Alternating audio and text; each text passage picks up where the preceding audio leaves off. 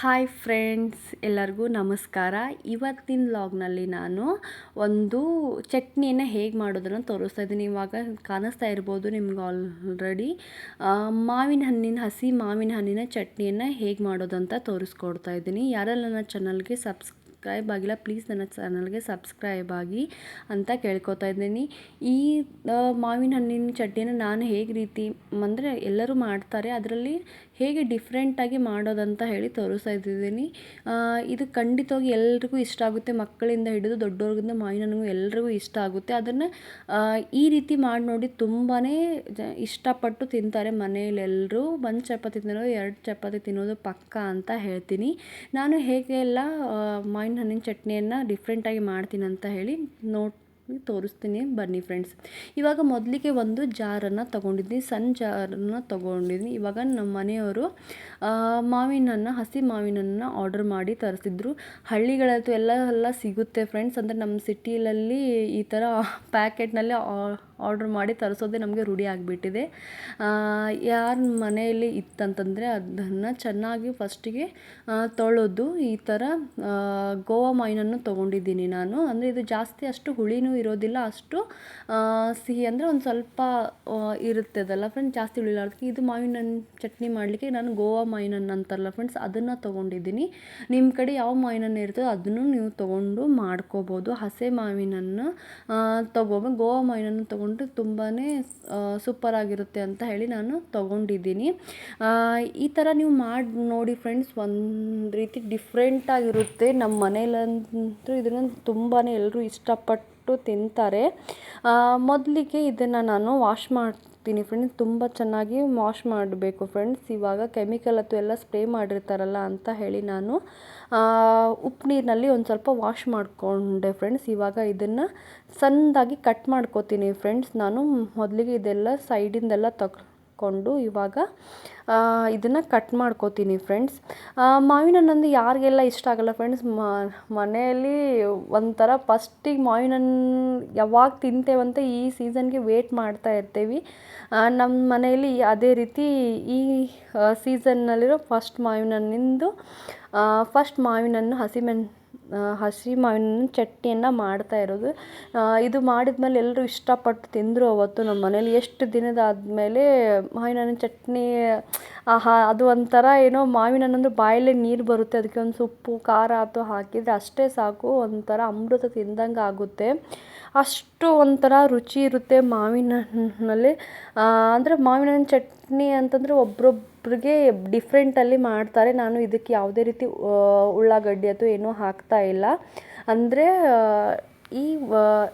ಅಂದರೆ ಸೀಸನ್ನಲ್ಲಿ ಮಾವಿನ ಹಣ್ಣು ಎಷ್ಟು ಸಾಧ್ಯ ಆಗ್ತದೋ ಅಷ್ಟು ತಗೊಂಡು ಈ ಥರ ನೀವು ಮನೆಯಲ್ಲೇ ಚಟ್ನಿ ಮಾಡ್ಕೊಂಡು ತಿಂದರೆ ಯಾವುದೇ ರೀತಿ ಪಲ್ಯ ಮಾಡುವಂಥ ಅವಶ್ಯಕತೆಯೇ ಬೀಳೋದಿಲ್ಲ ಫ್ರೆಂಡ್ಸ್. ಮಾವಿನ ಹಣ್ಣನ್ನ ಮೊದಲಿಗೆ ಈ ಥರ ನಾನು ಕಟ್ ಮಾಡ್ಕೋತಾ ಇದ್ದೀನಿ. ಸ್ಕಿಪ್ ಮಾಡಿದೆ ನೋಡಿ ಫ್ರೆಂಡ್ಸ್, ನಾನು ಯಾವುದರ ಇಂಗ್ರೀಡಿಯೆಂಟ್ ಏನೆಲ್ಲ ಹಾಕ್ತೀನಿ ಅಂಥೇಳಿ ನಿಮಗೆ ಹಾಗೆ ಸ್ಕಿಪ್ ಮಾಡಲಾರ್ದೆ ಹೊಡೆದು ಎಲ್ಲನೂ ಅರ್ಥ ಆಗುತ್ತೆ ಫ್ರೆಂಡ್. ನಡು ಯಾವ್ಯಾವ ಐಟಮ್ ನಾನು ಹಾಕ್ತೀನಿ ಅಂತ ಹೇಳಿದ್ರೆ ನೀವು ನೋಡಲಿಲ್ಲ ಅಂತಂದರೆ ನಾನು ಮಾಡ್ತಾ ಇರೋ ಮಾವಿನ ಹಣ್ಣು ಟೇಸ್ಟ್ ನಿಮಗೆ ಗೊತ್ತಾಗೋದಿಲ್ಲ. ಆ ರೀತಿ ನಿಮಗೆ ಖಂಡಿತವಾಗ್ಲಿ ಬರೋದಿಲ್ಲ ಅಂತ ಹೇಳ್ತೀನಿ. ಈ ಥರ ಸಣ್ಣದಾಗಿ ನಾನು ಮಾವಿನ ಹಣ್ಣನ್ನ ಕಟ್ ಮಾಡ್ಕೋತಾ ಇದ್ದೀನಿ. ಮಾವಿನ ಹಣ್ಣು ನೋಡಿದ್ರೆ ಹಾಗೆ ತಿನ್ನಬೇಕು ಅಂತ ಅನ್ನಿಸ್ತಾ ಇತ್ತು. ಹಾಗೇನೆ ನಾನು ಹೆರ್ಚ್ಕೋತಾನೆ ಒಂದು ಸ್ವಲ್ಪನೂ ತಿಂದೆ ಫ್ರೆಂಡ್ಸ್. ಅಂದರೆ ಹಸಿ ಮಾವಿನ ಹಣ್ಣು ಮತ್ತು ಒಂದು ಸ್ವಲ್ಪ ಉಪ್ಪು ಖಾರ ಹಾಕಿ ತಿಂದರೆ ಎಷ್ಟು ಚೆನ್ನಾಗಿರುತ್ತೆ. ಈ ಥರ ತಿಂದಿದ್ದೆಲ್ಲ ನಮಗೆ ಬಾಲ್ಯದ ನೆನಪೆಲ್ಲ ವಾಪಸ್ ರಿಕಾಲ್ ಆಗ್ತಾ ಇತ್ತು. ಅಷ್ಟು ಚೆನ್ನಾಗಿರುತ್ತದೆ ಇದು. ಒಂಥರ ಹುಳಿ ಒಂದು ಸ್ವಲ್ಪ ಮಾವಿನ ಜಾಸ್ತಿ ಗೋವಾ ಮಾವಿನಲ್ಲಿ ಹುಳಿನೂ ಇರೋದಿಲ್ಲ ಫ್ರೆಂಡ್ಸ್. ಅದು ನನಗೆ ಇಷ್ಟ ಜಾಸ್ತಿ. ಮಾವಿನನ್ನು ಈ ಥರನೆಲ್ಲ ಚಿಕ್ಕದಾಗಿ ಮೊದಲಿಗೆ ಕಟ್ ಮಾಡಿಕೊಂಡೆ ಇದನ್ನು ನಾನು ಜಾರ್ಗೆ ಹಾಕೋತಾ ಇದ್ದೀನಿ ಫ್ರೆಂಡ್ಸ್. ಅಂದರೆ ಫಸ್ಟಿಗೆ ನಾನು ಮಾವಿನನ್ನು ಅಷ್ಟೇ ನಾನು ಜಾರ್ಗೆ ಹಾಕೋತೀನಿ. ಅಂದರೆ ತರಿಯಾಗಿ ರುಬ್ಕೋಬೇಕು, ಜಾಸ್ತಿ ರುಬ್ಕೋಬಾರ್ದು. ಅಂದರೆ ಇದಕ್ಕೆ ಯಾವುದೇ ನೀರತ್ತು ಏನೂ ಹಾಕ್ಲಿಕ್ಕೆ ಹೋಗಬೇಡಿ. ಇದನ್ನು ನೀವು ಎಷ್ಟು ದಿನ ಇಟ್ಟು ತಿನ್ಬೋದು. ಹೊರಗಡೆ ಆದರೆ 1 ದಿನ 2 ದಿನ ಆಯ್ತು ಇಟ್ಟು ತಿನ್ಬೋದು. ಫ್ರಿಜ್ನಲ್ಲಾದರೆ ಬೇಕಾದರೆ 4-5 ದಿನ ಗಂಟಲೆ ಅದು ತಿನ್ಬೋದು. ಇವಾಗ ನೋಡಿ ಫ್ರೆಂಡ್ಸ್, ಸ್ವಲ್ಪ ತರಿಯಾಗಿ ನಾನು ರುಬ್ಕೊಂಡು ಬಂದಿದ್ದೀನಿ ಮಾವಿನ ಹಣ್ಣನ್ನು. ಇದಕ್ಕೆ ನಾನು ಶೇಂಗಾನ ಹುರಿದಿದ್ದ ಶೇಂಗಾನ ಹಾಕೋತಾ ಇದ್ದೀನಿ. ಶೇಂಗಾ ಪುಡಿಯನ್ನು ಹಾಕೋಬೋದು. ಹುರಿದಿದ್ದ ಶೇಂಗಾನ ನಾನು ಇವಾಗ ಹಾಕೋತಾ ಇದ್ದೀನಿ. ಒಂದು ಮಾವಿನ ಹಣ್ಣಿಗೆ ನಮಗೆ 1-2 ಚಮಚ ಆಗುವಷ್ಟು ನಾನು ಶೇಂಗಾನ ಹಾಕೋತಾ ಇದ್ದೀನಿ. ಈ ಥರ ಮಾಡಿ ನೋಡಿ ಫ್ರೆಂಡ್ಸ್, ಒಂಥರ ಡಿಫ್ರೆಂಟಾಗಿ ಫ್ಲೇವರ್, ಒಂಥರ ಮಾವಿನ ಹಣ್ಣು ವಿತ್ ಶೇಂಗಾ ಅದ್ರ ಒಂಥರ ಡಿಫ್ರೆಂಟಾಗಿ ಟೇಸ್ಟ್ ಹತ್ತುತ್ತೆ.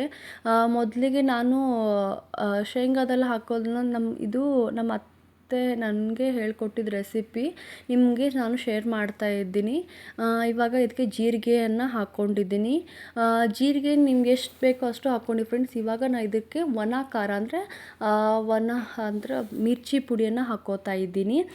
ಹಸಿ ಖಾರ ಹಾಕ್ಲಿಕ್ಕೆ ಹೋಗಬೇಡಿ ಫ್ರೆಂಡ್ಸ್ ಇದಕ್ಕೆ, ಅಂದರೆ ಹಸಿಮೆಣ್ಸಿಕಾಯಿ ಅಂತೂ ಹಾಕ್ಲಿಕ್ಕೆ ಹೋಗಬೇಡಿ. ಒಣದೇ ಖಾರ ಹಾಕಿ ಇದಕ್ಕೆ ಒಂದು ಸ್ವಲ್ಪ ಇಂಗನ್ನು ಹಾಕಿ ಇದಕ್ಕೆ ಒಂದು ಸ್ವಲ್ಪ ಅಂದರೆ ರುಬ್ಕೊಂಬುತ್ಗೆ ಹಾಕ್ಕೋಬೋದು, ಇಲ್ಲಾಂದರೆ ಸ್ಕಿಪ್ ಮಾಡ್ಬೋದು. ಇವಾಗ ಇದಕ್ಕೆ ಉಪ್ಪನ್ನು ಹಾಕೋಬೇಕು. ಉಪ್ಪು ಮತ್ತು ಖಾರ ಮತ್ತು ಬೆಲ್ಲ ಒಂದು ಸ್ವಲ್ಪ ನಿಮ್ಗೆ ಎಷ್ಟು ಟೇಸ್ಟ್ ತಕ್ಕಂಗೆ ಹಾಕೋರಿ. ಅಂದರೆ ಹುಳಿ ಜಾಸ್ತಿ ಮಾವಿನ ಹಣ್ಣು ಇತ್ತಂತಂದ್ರೆ ಅದಕ್ಕೆ ಒಂದು ಸ್ವಲ್ಪ ಜಾಸ್ತಿ ಇವಾಗ ಬೆಳ್ಳುಳ್ಳಿ ಹಾಕೋತಾ ಇದ್ದೀನಿ. ಜಾಸ್ತಿ ಬೆಲ್ಲವನ್ನು ಹಾಕ್ಕೊಳ್ಳಿಕ್ಕಾಗ್ತದೆ, ಅದು ಮಾವಿನ ಹಣ್ಣು ಮೇಲೆ ಡಿಪೆಂಡ್ ಇರುತ್ತೆ ಫ್ರೆಂಡ್ಸ್. ಜಾಸ್ತಿ ಅದಕ್ಕೆ ನಾನು ಗೋವಾ ಮಾವಿನ ಹಣ್ಣು ರೆಫರ್ ಮಾಡ್ತೀನಿ, ಅಂದರೆ ಚಟ್ನಿ ಅಥವಾ ಮಾಡಲಿಕ್ಕೆ. ನಿಮ್ಮ ಮಾವಿನ ಹಣ್ಣು ಯಾವ ರೀತಿ ಇರುತ್ತಲ್ಲ, ಹುಳಿ ಇತ್ತಂದರೆ ಜಾಸ್ತಿ ಉಪ್ಪು ಖಾರ ಅದನ್ನು ನೀವು ನೋಡಿ ಹಾಕ್ಕೊಳ್ಳಿ. ಇದಕ್ಕೆ ನಾನು ಕೊತ್ತಂಬರಿಯನ್ನು ಹಾಕ್ಕೋತಾ ಇದ್ದೀನಿ. ಇಷ್ಟೇ ಫ್ರೆಂಡ್ಸ್. ಇದಕ್ಕೆ ಎಷ್ಟು ಟೇಸ್ಟ್ ಬರುತ್ತೆ ಅಂತಂದರೆ ಅಂದರೆ ತುಂಬಾ ಒಂಥರ ಸಖತ್ತಾಗಿರುತ್ತೆ. ಇಷ್ಟು ನೀವು ಹಾಕ್ಕೊಳ್ಬೇಕು. ಇದು ಫಸ್ಟ್ ಸ್ಟೆಪ್ ಆಯಿತು ಫ್ರೆಂಡ್ಸ್. ಇವಾಗ ತೋರಿಸ್ತಾ ಇದ್ದೀನಿ. ಎಷ್ಟು ಕಲರ್ಫುಲ್ಲಾಗಿ ಒಂಥರ ಏನೋ ಮ್ಯಾಜಿಕ್ ಅಂತ ಅನ್ನಿಸ್ತು ನನಗೆ. ತೆಗೆದಾದ್ಮೇಲೆ ಬಾಯಲ್ಲೆಲ್ಲ ನೀರು ಬರ್ತಾ ಇದೆ ನೋಡಿ ಫ್ರೆಂಡ್ಸ್. ಎಷ್ಟು ಒಂಥರ ನೋಡಿ ಫ್ರೆಂಡ್ಸ್, ತೋರಿಸ್ತೀನಿ ಫ್ರೆಂಡ್ಸ್ ನಿಮಗೂ. ನೋಡಿ ಎಷ್ಟು ಚೆನ್ನಾಗಿ ಬಂದಿದೆ ಮಾವಿನ ಹಣ್ಣಿನ ಚಟ್ನಿ. ಇದು ಒಂದು ಪಾರ್ಟ್ ಆಯಿತು ಫ್ರೆಂಡ್ಸ್. ನಾನು ಸೆಕೆಂಡ್ ಸ್ಟೆಪ್ಪು ಇದಕ್ಕೆ ನಾನು ಒಗ್ಗರಣೆಯನ್ನು ಹಾಕ್ತೀನಿ ಫ್ರೆಂಡ್ಸ್. ಒಗ್ಗರಣೆನ ಜೀರಿಗೆ ಸಾಸಿವೆ ಎಲ್ಲ ಹಾಕಿ ಒಗ್ಗರಣೆನ ಹಾಕ್ತೀನಿ ಫ್ರೆಂಡ್ಸ್. ನೋಡಿ ಫ್ರೆಂಡ್ಸ್, ಈ ಥರ ಆ್ಯಕ್ಚುಲಿ ನೀವು ಇದನ್ನು ತಿನ್ಬೋದು, ಆದರೆ ಒಂದು ಸ್ವಲ್ಪ ಎಣ್ಣೆ ಹಾಕಿ ಒಗ್ಗರಣೆ ಕೊಟ್ಟು ಅದನ್ನು ಟೇಸ್ಟ್ ತುಂಬಾ ಸಖತ್ತಾಗಿ ಬರ್ತದೆ. ಇವಾಗ ನಾನು ಒಂದು ಬಾಣಲಿಗೆ ಬಿಸಿ ಮಾಡಲಿಕ್ಕೆ ಇಟ್ಟಿದ್ದೀನಿ. ಇದಕ್ಕೆ ಒಂದು ಸ್ವಲ್ಪ ಎಣ್ಣೆ ಹಾಕಿ ನಾನು ಬಿಸಿ ಮಾಡ್ಕೋತೀನಿ ಫ್ರೆಂಡ್ಸ್. ಇವಾಗ ಇದೊಂದು ಸ್ವಲ್ಪ ಸಣ್ಣ ಉರಿನಲ್ಲಿ ಇಟ್ಟು ನಾನು ಇದಕ್ಕೆ ಒಂದು ಸ್ವಲ್ಪ ಎಣ್ಣೆಯನ್ನು ಹಾಕೋದು. ಎಣ್ಣೆ ಒಂದು ಸ್ವಲ್ಪ ಜಾಸ್ತಿ ಹಾಕ್ಕೊಂಡ್ರೆ ಇದಕ್ಕೆ ಎಲ್ಲನೂ ಅದನ್ನು ಮೆತ್ಕೋಬೇಕು. ಎಣ್ಣೆ ಹಾಕಿದ್ದು ಅಲ್ಲ, ಅದನ್ನು ನಾನು ಸ್ವಲ್ಪ ಹಾಕ್ಕೊಂಡು, ಅಂದರೆ ಎಣ್ಣೆ ಜಾಸ್ತಿ ಹಾಕಿದಷ್ಟು ಅದು ಎಲ್ಲನೂ ಕೂಡ್ಕೋಬೇಕಲ್ಲ ಫ್ರೆಂಡ್ಸ್. ಅದಕ್ಕೆ ನಾನು ಎಣ್ಣೆ ಅದನ್ನು ನೋಡಿ ತಕ್ಕಂಗೆ ಹಾಕ್ಕೊಳ್ಳಿ ಫ್ರೆಂಡ್ಸ್. ಅಂದರೆ ಈ ಮಾವಿನ ಹಣ್ಣು ಎಷ್ಟು ಇರುತ್ತೋ ಅದ್ರ ತಕ್ಕಂಗೆ ಒಂದು ಸ್ವಲ್ಪ ಎಣ್ಣೆ ಜಾಸ್ತಿ ಹಾಕಿದ್ರೇ ತುಂಬಾ ಚೆನ್ನಾಗಿರುತ್ತೆ. ಎಣ್ಣೆ ಯಾವಾಗಲೂ ಜಾಸ್ತಿ ಹಾಕಿದರೆ ಚೆನ್ನಾಗಿರುತ್ತೆ, ಬಟ್ ಅದು ಕಡಿಮೆ ತಿಂದರೆ ಆರೋಗ್ಯಕ್ಕೆ ಒಳ್ಳೆಯದು. ನಿಮ್ಮ ನೋಡಿ ತಕ್ಕಂಗೆ ನೀವು ಹಾಕ್ಕೊಳ್ಳಿ. ಜೀರಿಗೆ ಸಾಸಿವೆ ಒಗ್ಗರಣೆ ಸಿಡಿತಾ ಇದೆ. ಇದರಲ್ಲಿ ನಾವು ಇಂಗುನೂ ಹಾಕ್ಬೋದು, ಇಲ್ಲಾಂದರೆ ಬೇಡ ಅಂದರೆ ಸ್ಕಿಪ್ ಮಾಡ್ಬೋದು. ನಾವು ಕರಿಬೇವು ಎಲೆಯನ್ನು ಹಾಕೋತಾ ಇದ್ದೀನಿ. ಕರಿಬೇವು ಎಲೆ ಒಂದು ಸ್ವಲ್ಪ ತೊಳ್ಕೊಂಡು ಹಾಕ್ಕೊಂಡಿದ್ದೆ, ನೀರಿತ್ತು ಫ್ರೆಂಡ್ಸ್, ಅದು ಚಟ್ ಅಂತ ಸಿಡಿತಾ ಇದೆ ನೋಡಿ ಫ್ರೆಂಡ್ಸ್. ಆಯಿತು ಫ್ರೆಂಡ್ಸ್, ನಮ್ಮದು ಅಮೃತಕ್ಕೆ ಸಮಾನವಾಗಿರುವಂಥ ಒಂದು ಹಸಿ ಮಾವಿನ ಚಟ್ನಿ ಏನು ರೆಡಿ ಮಾಡ್ಕೊಂಡಿದ್ದೆಲ್ಲ ಫ್ರೆಂಡ್ಸ್ ನಾವು ಜಾರ್ನಲ್ಲಿ, ಅದನ್ನು ಈ ಒಂದು ಒಗ್ಗರಣೆಗೆ ತಂದು ನಾನು ಹಾಕ್ತಾ ಇದ್ದೀನಿ. ಇವಾಗ ಒಂದು ಸ್ವಲ್ಪ ಕೈ ಆಡಿಸ್ಕೊಂಡೆ ಫ್ರೆಂಡ್ಸ್, ಹೊತ್ತಬಾರ್ದು ಅಂತ ಹೇಳಿ. ಇಷ್ಟೇ. ಇದಕ್ಕೆ ನೀವು ಬೇಕಾದರೆ ಕಡಲೆಬೇಳೆ ಮತ್ತು ಉದ್ದಿನಬೇಳೆನೂ ಹಾಕೋಬೋದು. ನಾನು ಅವನ್ನೇನು ಹಾಕ್ತಾ ಇಲ್ಲ, ಅಂದರೆ ಸಿಂಪಲ್ಲಾಗಿಯೇ ಮಾಡ್ತಾ ಇದ್ದೀನಿ. ಇವಾಗ ಇದನ್ನು ಸ್ವಲ್ಪನ ಹಾಕ್ಕೊಂಡು ನಾನು ಕೈ ಆಡಿಸ್ತಾ ಇದ್ದೀನಿ. ಇದೊಂದು ಸ್ವಲ್ಪ ಉರಿಯನ್ನು ಇಟ್ಟಿದೆ, ಅದನ್ನು ನಾನು ಬಂದ್ ಮಾಡ್ಕೋತೀನಿ ಫ್ರೆಂಡ್ಸ್. ಇದನ್ನೆಲ್ಲ ನಾನು ಯಾವಷ್ಟು ಜಾರ್ನಲ್ಲಿ ಇದ್ದಿದ್ದೆಲ್ಲ ನಾನು ಇದಕ್ಕೆ ಟ್ರಾನ್ಸ್ಫರ್ ಮಾಡ್ಕೋತೀನಿ ಫ್ರೆಂಡ್ಸ್. ಇವಾಗ ಇದೆಲ್ಲ ಈ ಥರ ಕೈ ಆಡಿಸ್ಕೋತಾ ಇದ್ದೀನಿ ಫ್ರೆಂಡ್ಸ್ ನಾನು. ಇದು ಮಾವಿನ ಹಣ್ಣಿನ ಚಟ್ನಿನ ನಾವು ಬೇಕಾದಂಗೆ ನಾವು ಫ್ರಿಜ್ನಲ್ಲಿ ಇಟ್ಬಿಟ್ರೆ 4-5 ದಿನ ನಾವು 4-5 ದಿನ ಉಳಿಯೋದಿಲ್ಲ ಫ್ರೆಂಡ್ಸ್. ಒಂದೇ ದಿನದಲ್ಲೇ ಖಲಾಸಾಗ್ಬಿಡುತ್ತೆ. ಅಷ್ಟು ನಾನು ನಿಮಗೆ ಗ್ಯಾರಂಟಿ ಕೊಡ್ತೀನಿ ಫ್ರೆಂಡ್ಸ್. ಮಾವಿನ ಹಣ್ಣು ಚಟ್ನಿನ ಒಬ್ಬೊಬ್ಬರು ಡಿಫ್ರೆಂಟಾಗಿ ಮಾಡ್ತಾರೆ. ನಾನು ಯಾವ ರೀತಿ ಮಾಡ್ತೀನಿ ಅಂದರೆ, ನಮ್ಮ ಮನೆಯಲ್ಲಿ ಯಾವ ರೀತಿ ಮಾಡ್ತೇವೆ ಅಂತ, ಇದು ಅತ್ತೆ ನನಗೆ ಫಸ್ಟ್ ಟೈಮ್ ನಾನು ಪುನಾಗೆ ಬಂದಾಗ ಅವ್ರು ಮಾಡಿದ್ದು ರೆಸಿಪಿ ಇದು. ಅಂದರೆ ನನಗೆ ತುಂಬ ಇಷ್ಟ ಆಯ್ತು. ಇದು ಒಂಥರ ಬೇರೆ ಥರ ಟೇಸ್ಟ್ ಇದೆಲ್ಲ ಹೇಗೆ ಮಾಡಿದ್ದಾರೆ ಅಂತ ನಾನು ಕೇಳಿದಾಗ ಅವರು ಈ ಥರ ಎಲ್ಲ ರೆಸಿಪಿ ಈ ಥರ ಎಲ್ಲ ಹಾಕಬೇಕು ಇಂಗ್ರೀಡಿಯೆಂಟ್ ಅಂತ ಹೇಳಿದರು. ಅವ್ರ ಪ್ರಕಾರ ನಾನು ಮಾಡಿದ್ದೆ, ಅದೂ ತುಂಬಾ ಸಖತ್ತಾಗಿ ಬಂದಿದೆ ಫ್ರೆಂಡ್ಸ್. ನನಗಂತೂ ಇದು ತುಂಬಾ ಇಷ್ಟ ಆಗ್ತದೆ. ನಮ್ಮ ಮನೆಯಲ್ಲೂ ಎಲ್ಲರೂ ಇದನ್ನೇ ಇಷ್ಟಪಡ್ತಾರೆ, ಈ ಥರದ್ದು ಮಾವಿನ ಹಣ್ಣು ಚಟ್ನಿ. ಇದನ್ನು ನಾವು ಮಿಕ್ಸರ್ಗೆ ಹಾಕ್ಕೊಳ್ಳಾರ್ದೇನು ಕಲ್ಲಲ್ಲಿ ಕುಟ್ಟಿದ್ರು ತೀರಾ ಅದೊಂಥರ ರುಚಿನೇ ಬೇರೆ ಬರುತ್ತೆ. ಆದರೆ ಒಂದು ಯಂತ್ರದ ಯುಗದಲ್ಲಿ ನಾವು ಯಾರೂ ಕಲ್ಲಲ್ಲಿ ಬಳಸೋದಿಲ್ಲ. ನಾವು ಕಲ್ಲಲ್ಲಿ ಮಾಡಿದ ಚಟ್ನಿನೇ ಒಂಥರ ಬೇರೆ ರೀತಿ ಫ್ಲೇವರ್ ಕೊಡುತ್ತೆ, ಅದು ನಾನು ಒಪ್ಕೋತೀವಿ ಫ್ರೆಂಡ್ಸ್. ನೋಡಿ ಫ್ರೆಂಡ್ಸ್, ನಮ್ದು ಇವತ್ತು ಹಸಿ ಮಾವಿನ ಚಟ್ನಿ ರೆಡಿ ಆಗಿದೆ. ಚಪಾತಿ ಜೊತೆ ಅನ್ನದ ಜೊತೆ ತುಪ್ಪ ಹಾಕ್ಕೊಂಡು ಸವಿತಾ ಆಹಾ ಎಷ್ಟು ರುಚಿಯಾಗಿರುತ್ತೆ ಅಂತಂದರೆ ಬಾಯಲ್ಲೇ ನೀರು ಬರುತ್ತೆ ಫ್ರೆಂಡ್ಸ್. ಖಂಡಿತವಾಗಿ ಈ ರೆಸಿಪಿನ ಎಲ್ಲರೂ ಮಾಡಿ ನೋಡಿ, ಹೇಗಿತ್ತೆ ಅಂತ ಹೇಳಿ ನನಗೆ ಕಮೆಂಟ್ ಮಾಡಿ ಹೇಳಿ ಫ್ರೆಂಡ್ಸ್.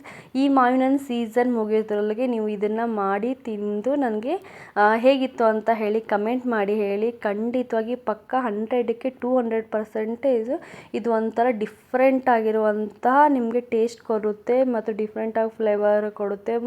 ಮಾವಿನ ಹಣ್ಣಿಂದು ಮಾಡಿದ್ದಂಥ ಒಂದು ಚಟ್ನಿ ಎಲ್ರಿಗೂ ಐ ಹೋಪ್ ಇಷ್ಟ ಆಗಿದೆ ಅಂತ ಅನ್ಕೋತಾ ಇದ್ದೀನಿ. ಈ ಒಂದು ರೆಸಿಪಿ ಇಷ್ಟ ಆಗಿದ್ರೆ ನನಗೆ ಒಂದು ಲೈಕ್ ಬಟನನ್ನು ಒತ್ತಿ ಅಂತ ಕೇಳ್ಕೊತಾ ಇದ್ದೀನಿ.